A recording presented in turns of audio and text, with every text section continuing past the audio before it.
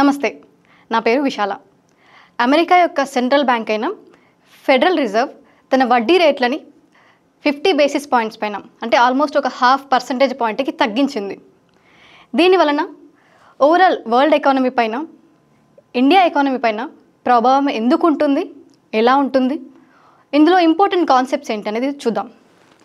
First and foremost, federal reserve.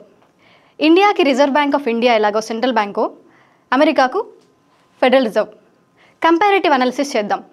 So ఈ federal reserve లేదా central bank, ఏ country యొక్క central bank అయినా government యొక్క ఆమోదం కలిగి ఉండి ముఖ్యంగా చేసే పని ఏంటంటే మార్కెట్లో ఉండే కరెన్సీ కట్టడి చేయడం, ఇన్ఫ్లేషన్ని కట్టడి చేయడం. ఇన్ఫ్లేషన్ని కట్టడి అన్నప్పుడు కరెన్సీ కట్టడి ఆల్మోస్ట్ సేమ్. అంటే మనకి మార్కెట్లో కరెన్సీ ఎక్కువగా అవైలబుల్గా ఉన్నప్పుడు ఇన్ఫ్లేషన్ అనేది పెరుగుతుంది, అంటే రేట్లు అనేవి పెరుగుతాయి. ఒకానొక లిమిట్ వరకు రేట్లు పెరగడం సమంజసమే, ఆర్థిక వ్యవస్థ కూడా బలపరుస్తుంది. లేదు పరిమితికి మించి పెరిగాయి అంటే ఆల్మోస్ట్ ఒక 5 రూపీస్ ఉండే ఒక బిస్కెట్ ప్యాకెట్ 6 రూపీస్ అయినా, కొంచెం క్వాంటిటీ తగ్గినా ఓకే, ఎకానమీ ముందుకెళ్తుంది. అదే 10 రూపాయలు అయితే, వితిన్ 6 మంత్స్లో 10 రూపాయలు అయితే అంటే రేట్లు అనేవి పెరుగుతాయి. ఒక సామాన్యుడు తన పర్చేసింగ్ పవర్ ఏదైతే ఉందో దాన్ని కోల్పోతాడు. సో ఈ సందర్భంలో ఎకానమీ అనేది, అభివృద్ధి అనేది జరగదు. సో దాన్ని కట్టడి చేయడానికి, అంటే కరెన్సీని ఎకానమీలో కట్టడి చేయడానికి, ఇన్ఫ్లేషన్ని తగ్గించడానికి ఫెడరల్ బ్యాంక్స్ ఏవైతే ఉంటాయో, రిజర్వ్ బ్యాంక్, సెంట్రల్ బ్యాంక్ ఏదైతే ఉంటాయో, ఈ యొక్క రేట్స్ అనేవి టూల్స్గా ఉపయోగిస్తారు. అంటే ఈ బెంచ్ మార్క్ రేట్ అనేది ఇండియాలో రెపో రేట్ అంటాం మనం దాన్ని, ఒక వడ్డీ రేటు.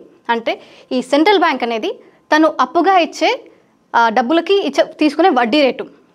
ఈ వడ్డీ రేటు పెంచవచ్చు, తగ్గించవచ్చు. వడ్డీ రేటు పెరిగినప్పుడు జనరల్గా ఏం జరుగుతుంది, ఈ వడ్డీ రేటు పెరిగినప్పుడు ఏవైతే బ్యాంక్స్ ఉంటాయో, అంటే మనకు ఆర్థిక వ్యవస్థను నడిపించేది మెయిన్గా, ఇప్పుడు మన ఆర్థిక వ్యవస్థ ముఖచిత్రం మారుతున్న ట్రెడిషనల్లీ జనరల్గా ఇప్పటికి కూడా ప్రత్యేకమైన పాత్ర పోషించేవి ఏవైతే ఉన్నాయంటే అవి బ్యాంక్స్. సో ఈ బ్యాంక్స్ అనేవి తన యొక్క మనీని ఈ సెంట్రల్ బ్యాంక్స్ దగ్గర పార్క్ చేస్తాయి. సో వాళ్ళకి ఎక్కువగా ఇంట్రెస్ట్ రేట్ వస్తుంది. బ్యాంక్స్ దగ్గర వచ్చే మనీ ఏంటి, మీలా సామాన్యులు ఎవరైతే ఉంటారో సేవింగ్స్ చేసుకున్నవి. సో ఇది ఒక రకంగా అబ్జార్ప్షన్ ఆఫ్ లిక్విడిటీ జరుగుతుంది, అవునా? సో ఇలా జరుగుతున్నప్పుడు మార్కెట్లో కరెన్సీ అవైలబిలిటీ ఏది ఉంటుందో అది తగ్గుతుంది. కరెన్సీ అవైలబిలిటీ తగ్గినప్పుడు ఇన్ఫ్లేషన్ కూడా తగ్గుతుంది. సో హయ్యర్ ఇంట్రెస్ట్ రేట్స్ అనేవి టైట్ మనీ పాలసీ అని మనం అంటాం, హాకిష్ పాలసీ అని కూడా అంటారు దీన్ని. సో కరెన్సీ యొక్క అవైలబిలిటీని మార్కెట్లో తగ్గించడానికి ఇలా వడ్డీ రేట్లను పెంచవచ్చు. అదే ఆపోజిట్, వడ్డీ రేట్లను తగ్గిస్తే మీరు మార్కెట్లో కరెన్సీ యొక్క అవైలబిలిటీ అనేది పెంచుతున్నారు. దాని ద్వారా ఇన్ఫ్లేషన్ అనేది, ఏదైతే రిసెషన్లో ఉన్న ఎకానమీ ఉంటుందో, అంటే కిందికి జారుతున్న వ్యవస్థ ఎకానమీ ఏదైతే ఉంటుందో, ఇన్ఫ్లేషన్ అనేది గుడ్ అండ్ బ్యాడ్ బోత్. అంటే కట్టడిలో ఉన్నంత వరకు అది ఎకానమీ యొక్క అభివృద్ధిని సూచిస్తుంది. హద్దులు మీరి ఎక్కువైనా తక్కువైనా, ఎక్కువైతే హైపర్ ఇన్ఫ్లేషన్ అంటాం మనం, తక్కువైతే రిసెషన్ అంటాం. అంటే ఎకనామిక్ యాక్టివిటీ ఏమి జరగట్లేదు అనేది. సో మీకు అర్థమై ఉంటుంది, inflation is a important indicator of economic activity. So economic activity స్తంభించినప్పుడు మళ్ళీ దాన్ని రీజువినేట్ చేయడానికి ఇలా ఇంట్రెస్ట్ రేట్స్ అనేవి తగ్గిస్తారు. తగ్గించినప్పుడు కరెన్సీ సర్క్యులేషన్ మనకి మార్కెట్లో పెరుగుతుంది. పెరిగినప్పుడు మనకి ఎక్కువగా కరెన్సీ అనేది అవైలబుల్గా ఉంటుంది to buy things, and also economic activity అనేది పెరుగుతుంది. ఎక్కువగా ఉంటుంటే ఉత్పత్తి కూడా ఎక్కువ జరుగుతుంది, ఉత్పత్తి ఎక్కువ జరుగుతుంటే జాబ్స్ పెరుగుతూ ఉంటాయి, ప్రొడక్టివిటీ పెరుగుతూ ఉంటుంది. సో ఈ విధంగా ఎకానమీ అనేది ముందుకు వెళ్తుంటుంది. సో ఇది ఒక important concept, inflation and also ముఖ్య పాత్ర ఏవైతే సెంట్రల్ బ్యాంక్స్ పోషిస్తాయో ఇక్కడ మనం చూసాం. నెక్స్ట్ పాయింట్, అమెరికాలో డ్యూయల్ మ్యాండేట్ ఉంది. ఆర్బీఐకి ఏముంది మనకి ఇండియాలో, ఇన్ఫ్లేషన్ టార్గెటింగ్ అనేది సోల్ టార్గెట్గా, అంటే ఇప్పుడు జీడిపిని అభివృద్ధి చేయడంలో కూడా ఆర్బీఐ పాత్ర ఉంటుంది. ఓవరాల్గా చూసుకుంటే ఎకానమీలో ఉద్యోగాలను పెంచడం, unemployment, overall economic health of the country RBI ప్రత్యక్షంగానో పరోక్షంగానో మెరుగుపరచాలని చూస్తుంది. బట్ ప్రైమరీ టార్గెట్ మ్యాండేట్ ఏదైతే ఉంది ఇండియాలో ఆర్బీఐ కంటే, ఇన్ఫ్లేషన్ టార్గెటింగ్. ఇది ఏ సంవత్సరం నుంచి వచ్చింది, క్లియర్గా ఒక మానిటరీ పాలసీ కమిటీ అనేది ఎస్టాబ్లిష్ చేసి ఆర్బీఐకి క్లియర్ మ్యాండేట్ ఇచ్చారు. దాంతోపాటు ఏదైతే ఇన్ఫ్లేషన్ ఉందో ఒక రేట్ తీసుకోండి. మీకు తెలుసు, ఇక్కడ క్లూ కూడా చెప్తున్నాను, సిపిఐ ఉంది మనకి, డబ్ల్యూపిఐ ఉంది. ఈ రెండింటిలో ఒక దాన్ని తీసుకొని ఇన్ఫ్లేషన్ని కట్టడి చేయమే మీ సోల్ ఆబ్జెక్టివ్గా పెట్టుకోండి అని ఇండియాలో చెప్పారు. అది ఏ సంవత్సరం నుంచి అయింది, అండ్ ఈ రెండిట్లో ఆర్బీఐ ఏ రేట్ ఫాలో అవుతుంది కామెంట్ చేయండి, ఎందుకంటే ఇది previous year question UPSC prelims. Okay, so ఇది ఇంపార్టెంట్ మ్యాండేట్ ఇండియాలో. అదేవిధంగా అమెరికాలో చూసుకున్నట్లయితే డ్యూయల్ మ్యాండేట్ ఉన్నది వీళ్ళకి. ఒకటి చెప్పుకున్నట్టుగా ఇన్ఫ్లేషన్, రెండవది అన్ఎంప్లాయ్మెంట్. ఇండియాలో ఆర్బీఐకి అన్ఎంప్లాయ్మెంట్, జీడిపి గ్రోత్, ఇన్ఫ్లేషన్తో పాటు వచ్చే లెట్స్ సే ఇండైరెక్ట్ అనుకుందాం. కోవిడ్ పాండమిక్ తర్వాత ప్రపంచవ్యాప్తంగా జరిగింది ఏంటిది? అన్ని ఎకానమీ వ్యవస్థలలో, మనకి ఆర్థిక వ్యవస్థలలో ఈ సప్లై చైన్స్ ఏవైతే ఉన్నాయో, ఎకనామిక్ యాక్టివిటీస్ ఏవైతే ఉన్నాయో అన్నీ ఆగిపోవడం జరిగింది. సో వాటిని రిజ్యువనేట్ చేయడానికి ముందుగా చెప్పుకున్నట్లు ఈ రేట్లను తగ్గించి ఆ ఎకానమీని ఇంప్రూవ్ చేయడానికి అన్ని సెంట్రల్ బ్యాంక్స్ ఆల్మోస్ట్ రేట్లను తగ్గించడం జరిగింది. సో దట్ ఇంక్రీజ్ అనేది చేయొచ్చు యాక్టివిటీస్ అని చెప్పేసి. కానీ దీని ఇంకొక ఎఫెక్ట్ ఏంటి? రేట్లను తగ్గించడం వల్ల ఇన్ఫ్లేషన్ పెరుగుతుంది. అమెరికాలో కూడా అదే జరిగింది. సో ఇన్ఫ్లేషన్ అనేది హద్దులు మీరి పెరిగింది. దాంతోపాటు వీళ్ళ డ్యూయల్ మ్యాండేట్ అనుకున్నాం కదా, అన్ఎంప్లాయ్మెంట్ రేట్ కూడా పెరిగింది. సో దాన్ని కట్టడి చేయడానికి వాళ్ళు ఇప్పుడు ఈ వడ్డీ రేట్ అనేది తగ్గిస్తున్నారు. ఓకే, ఇంపార్టెంట్ కాన్సెప్ట్ ఒకటి ఈ వార్త దృష్ట్యా నేర్చుకోవాల్సింది ఏంటంటే సాఫ్ట్ ల్యాండింగ్ ఆఫ్ ఎకానమీ. నేనైతే హజార్డ్ చెప్పాను అని ఏంటంటే మీరు ఇంట్రెస్ట్ రేట్ తగ్గించినప్పుడు ఇన్ఫ్లేషన్ పెరిగే అవకాశం ఉంది. ఎందుకంటే మార్కెట్లో కరెన్సీ అవైలబిలిటీ పెరుగుతుంది. సో దాన్ని పెరగకుండా మార్కెట్ ఎకానమీని స్టెబిలిటీగా ఉంచుతూ దాంతోపాటు ఎకానమీని రిజ్యువనేట్ చేయడం, ఇన్ఫ్లేషన్ పెరగకుండా చూసుకుందండి సాఫ్ట్ ల్యాండింగ్ ఆఫ్ ఎకానమీ అంటారు. ఇది ఒక ఎకనామిక్ కాన్సెప్ట్, ఇంపార్టెంట్, గుర్తుపెట్టుకోండి. Now the important point here, India పైన ప్రభావం ఏంటి? ఎక్కడో అమెరికాలో సెంట్రల్ బ్యాంక్ వడ్డీ రేట్లు తగ్గిస్తే ఇండియా మీద ప్రభావం ఏ విధంగా ఉంటుంది specific to India? First of all అందరం తెలిసిందే గ్లోబలైజేషన్లో బతుకుతున్నాం. సో అన్ని కంట్రీల సప్లై చైన్స్ ఏవైతే ఉంటాయో, ఫర్ ఎగ్జాంపుల్ ఒక ఫోన్ తీసుకోండి, మీ ఫోన్ బ్యాటరీ ఒక కంట్రీలో తయారవుతుంది, మన డిస్ప్లే ఒక కంట్రీలో తయారవుతుంది, అలాగే వివిధ కాంపోనెంట్స్ వివిధ కంట్రీస్లో తయారవుతుంటాయి. సో ఇవన్నీ అసెంబుల్ ఒక దగ్గర జరుగుతాయి. సప్లై చైన్స్ అనేవి ఇంటిగ్రేటెడ్ అయి ఉన్నాయి. America one of the world's largest in fact economy.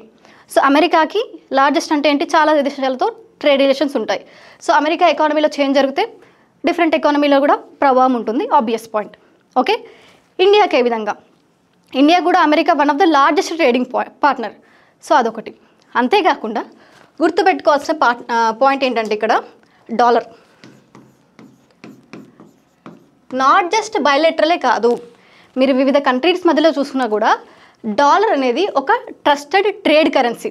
Different countries కూడా డాలర్ డినామినేషన్ చూసే ట్రేడ్ చేస్తాయి. అంటే వాళ్ళ కరెన్సీని డాలర్లోకి ఫస్ట్ కన్వర్ట్ చేసుకొని ట్రేడ్ చేస్తాయి. సో మార్కెట్లో డాలర్ అవైలబిలిటీ ఇంక్రీజ్ ఆర్ డిక్రీస్ని బట్టి వరల్డ్ ఎకానమీ పైన కూడా ప్రభావం ఉంటుంది. ఎందుకంటే మనం ట్రేడ్ ద్వారా అందరం ఇంటర్ కనెక్టెడ్ కాబట్టి. So the same thing applies to India. ఇంకొక విషయం, ఇండియా అనేది capital scares economy. Capital scares economy గుర్తుపెట్టుకోండి ఈ పదం.